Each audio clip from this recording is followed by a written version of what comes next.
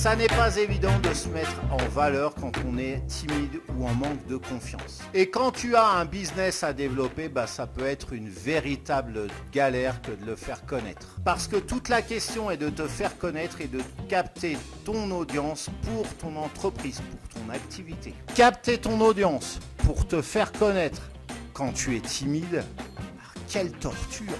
Bonjour, si tu ne me connais pas, si tu arrives totalement par hasard sur cette vidéo, je me présente, je m'appelle Cédric Corneloup et je suis webmarketeur pour les entrepreneurs timides, introvertis ou en manque de confiance. Je vais lancer le jingle juste avant, je t'invite à liker cette vidéo, à la commenter si tu as des questions, enfin ça tu le feras par la suite, mais tu peux commenter durant la vidéo en fonction de ce que tu auras vu et à t'abonner à cette chaîne, oui, t'abonner, j'en bafouille là. Abonne-toi à cette chaîne et au moment de t'abonner, clique sur la cloche, c'est le meilleur moyen d'être au courant des prochaines vidéos qui paraissent. Alors maintenant, j'ai fini mon blabla, je lance le jingle et je te parle de toutes ces astuces tout de suite après. C'est parti.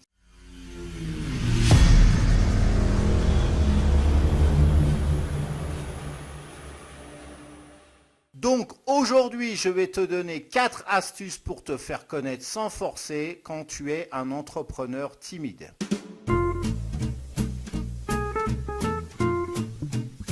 Cohérent, ça veut dire d'être en raccord avec ton image de marque. Premièrement, mais ça va te sembler évident, mais bon, il faut quand même que j'en parle, affiche ton image à l'identique sur les différents réseaux sociaux sur lesquels tu es. Cela inclut ta photo de profil, ta bannière, ton message, etc., etc. Cela inclut aussi ta cible, il faut qu'elle soit aussi en raccord par rapport à ton audience sur tes différents réseaux sociaux. Bien entendu, ça ne veut pas dire que tu ne dois pas adapter ton message par rapport aux différents réseaux sociaux sur lesquels tu publies. Par exemple, le public d'une manière générale qui sera sur Facebook ne sera pas le même que celui qui est sur LinkedIn. LinkedIn, c'est beaucoup plus professionnel. On est plus dans la communauté avec costard cravate. Par contre, Facebook, c'est plus tongs et short. On est là pour se détendre, bien évidemment. On est très peu là. Il y a très peu de gens qui sont en costard cravate qui vont sur Facebook. Donc, tu verras changer la forme de ton discours, mais le fond restera le même.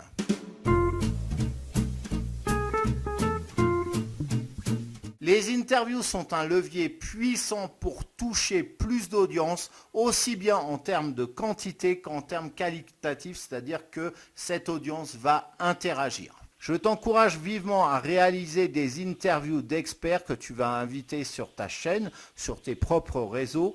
Alors ça peut être chaîne YouTube ou page Facebook par exemple, enfin page groupe Facebook, profil Facebook, etc., etc., où tu vas les inviter donc et tu vas leur poser des questions. On est sur une chaîne pour les timides, comment ça se fait que tu nous pousses à faire des interviews en vidéo? Ah non, j'ai jamais dit ça, hein. Tu peux, si tu veux, faire des vidéos, si le cœur t'en dit, mais c'est pas une obligation. Tu peux aussi avoir un simple micro et enregistrer un podcast. Et après, tu mets ta photo ou le logo de ton entreprise. Pareil pour l'autre personne, hein, il n'y a pas de problème. Ou tu peux même faire une vidéo comme ça et tu remplaces ton écran, la partie quand tu te filmes, par ton logo, par une simple photo, et c'est tout simplement. D'ailleurs, sur la chaîne, j'ai déjà publié des interviews de personnes qui ne souhaitent pas être filmées. Maintenant, il te suffit de contacter les différents experts sur tes propres réseaux sociaux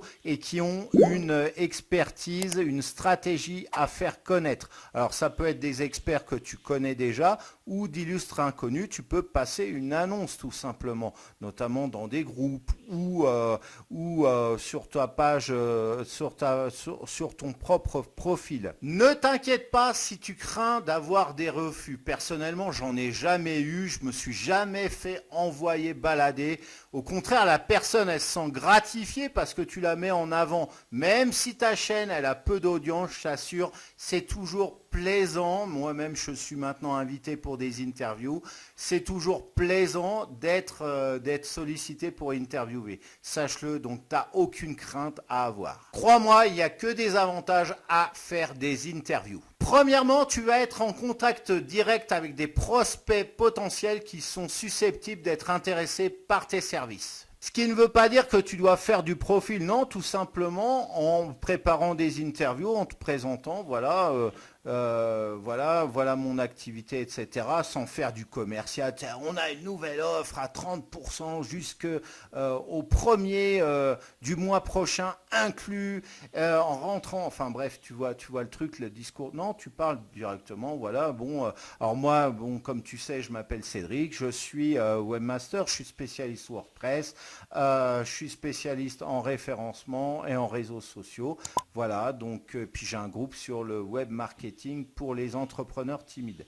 Donc voilà, et naturellement en discutant comme ça, la personne, comme tu vas l'interviewer, elle va être intéressée par ce que tu fais, donc lors de la préparation de cette interview. Et voilà, tu vas pouvoir vendre tes services sans forcing. Alors peut-être que au moment même, de cette rencontre, elle va réagir en disant ah putain, tu fais ça, bah ouais, justement, je cherche quelqu'un, parce que là, elle est en contact direct, tu vas la mettre en avant, donc elle va être plus en confiance. Puis en discutant naturellement comme ça, il y a beaucoup de freins qui vont sauter. Ou alors elle va pouvoir faire appel à toi plus tard, ou même te recommander auprès de ses amis. Tiens, elle connaît quelqu'un qui lui dit ah bah putain, je cherche un développeur, je cherche telle personne. Ah bah attends, j'ai rencontré quelqu'un qui m'a interviewé, justement, il fait ça. Voilà, ça peut marcher comme ça, mais fais-le de façon détachée. Ne va pas te dire, ah ouais, je vais rencontrer la personne, je vais lui caser mes services, etc., etc. Ça, c'est du rentre-dedans, il ne faut surtout pas faire ça. Il faut parler naturellement comme quelqu'un qui va s'intéresser à toi, qui va te poser des questions. Ah, qu'est-ce que tu fais dans la vie? Voilà, c'est tout. Point final. N'attends jamais rien de qui que ce soit que tu vas interviewer, ni même de personnes d'une manière générale. Une des premières personnes que j'ai rencontrées pour les interviews, alors je fais des préparations d'interviews pour bien être au point au moment de l'enregistrement, eh bien je rencontre Carole Jouy à qui je fais des bisous. Voilà, je fais un coucou. N'hésite pas à aller sur sa chaîne. Voilà, je vais mettre un truc dans le i pour info là, un lien pour rejoindre sa chaîne pour monter un écosystème financier. Voilà, ça, la parenthèse est fermée. Et Carole, on discute naturellement et puis elle me dit, sans que j'ai eu à vendre quoi que ce soit, je me suis juste présenté et elle m'a dit, j'ai besoin de quelqu'un pour m'aider à monter mes pages de vente. Donc, elle a fait appel à mes services. Deuxièmement, la personne va te suivre et être particulièrement active sur tes réseaux, sur tes propres réseaux. C'est normal, tu l'as interviewé, donc elle t'aime bien.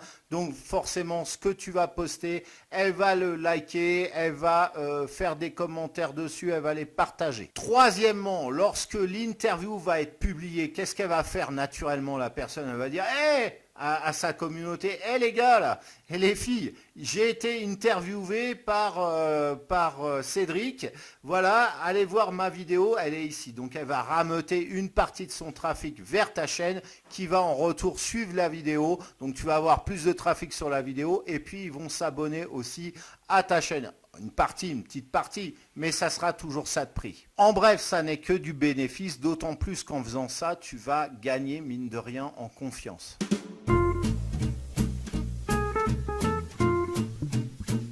Pour être remarqué, il faut que tu postes une fois par jour sur le profil de ton réseau social. Pas plus, pas moins, y compris le week-end. Car à terme, tu risques d'être à court d'idées, de tomber dans ce qu'on appelle le syndrome de la page blanche. Et puis aussi, tu risques d'être du coup démotivé et d'autant plus, tu vas être encore plus démotivé s'il y a peu de gens qui likent finalement tout ce que tu publies. Voilà pourquoi j'ai créé une formation qui va t'aider à créer 365 posts sur Facebook. On part de Facebook, mais tu peux facilement l'adapter à d'autres réseaux sociaux. Ces posts, ils sont à fort engagement. Donc, c'est des posts à valeur ajoutée. Ce n'est pas un truc, une image toute pétée que tu cliques et puis tu vas poster. Voilà, c'est des posts qui sont réfléchis, pensés. Et ces 365 posts, on va mettre 4 jours seulement à les créer. Donc, tu as juste à te libérer 4 jours. Et tu as tes 365 posts de créer. Du coup, tu vas pouvoir, grâce à ça, premièrement, créer une communauté active en partant de zéro. Grâce à cette communauté active qui te suit réellement, tu vas pouvoir drainer 30% de trafic minimum vers tes pages de vente, vers tes articles de blog, ta chaîne YouTube, etc., etc. Et enfin, tu vas pouvoir te libérer un temps considérable parce que tu vas juste avoir à publier une fois par jour, à venir 15 minutes sur Facebook et puis à publier sur ton groupe ou ton profil Facebook et publier une fois par jour. Donc ça va te libérer un temps considérable parce que mine de rien, créer des posts, ça prend du temps, surtout quand on n'a pas de stratégie. Cette formation va te donner une stratégie complète quelle que soit ta thématique. Donc là, tu n'as pas à réfléchir, enfin très très peu, beaucoup moins. Voilà, tu n'as pas à perdre de l'énergie à chercher des idées. Encore une fois, tout est réglé comme une lettre à la poste. Voilà, tout est carré. Et donc, tu appliques le protocole et tu vas voir que ces posts vont être créés rapidement. Donc, juste 4 jours. Après, tu es 1 an tranquille avec ça. Et du coup, moi j'ai calculé la moyenne par rapport à la moyenne, je crois que c'est 3 heures en moyenne on passe sur Facebook, multiplié par jour, je dis 3 heures par jour, 2h30, 3 heures par jour, multiplié par 365, on arrive au total à 28 jours. 28 jours de libérés par rapport à ça. Par rapport à la création de tes posts. C'est juste le mois de février au complet. Cette formation t'intéresse pour développer ton identité, tu trouveras le lien directement juste en dessous de cette vidéo. Le premier lien que tu vas trouver, tu cliques dessus et tu as accès à cette formation.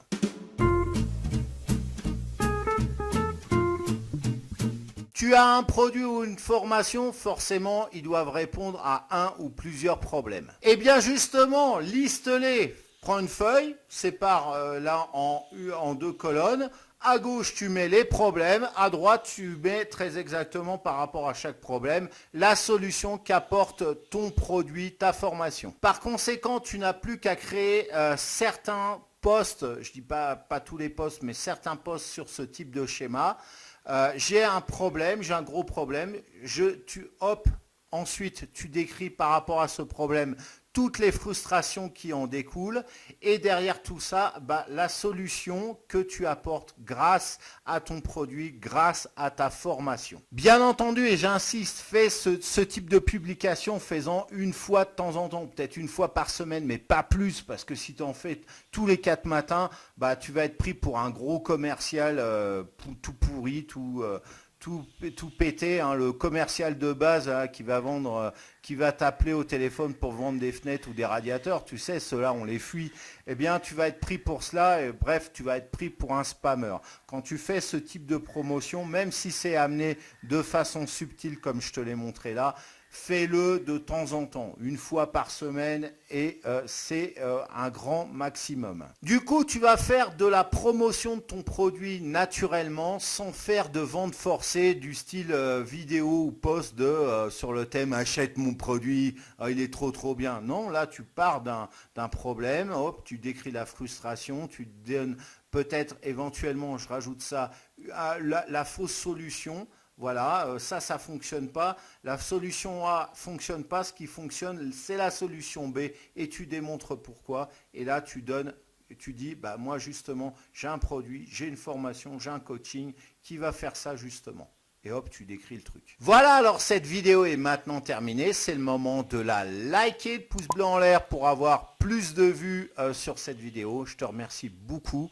L'algorithme, tu sais comment qui bosse, l'algorithme de YouTube, plus il y a de likes, plus il fait remonter cette vidéo dans les suggestions. Voilà. Si tu as un commentaire, si tu as un retour d'expérience, une question, laisse-moi ça dans la fenêtre de commentaires. Bien évidemment, si tu veux partager cette vidéo auprès de ta propre communauté, je te remercie infiniment. Et puis, si ce n'est pas encore fait, je t'invite à t'abonner à cette chaîne et au moment de t'abonner, clique sur la cloche pour être au courant des prochaines publications. Alors maintenant, je t'invite à aller dans la description, comme je te parlais, de cette fameuse formation pour créer une communauté sur Facebook active et générer 30% de trafic minimum sur tes pages de vente notamment, bien, le lien se trouve épinglé en commentaire ou dans la description, le premier lien. Tu connais la maison YouTube, tu retrouveras ça. Donc tu cliques dessus, on se retrouve tout de suite après pour cette formation et plus tard pour une prochaine vidéo. En attendant, je te souhaite de passer une excellente journée ou fin de journée et je te fais des bisous. Alors, dans cette vidéo, on va parler de Malte. Malte, c'est une plateforme d'appel d'offres sur le web pour les freelances 100% francophones. Et c'est juste un supplice mental lorsque tu te fais jeter comme un malpropre. Ici, tu seras tranquille parce que ce seront les employeurs qui viendront te démarcher.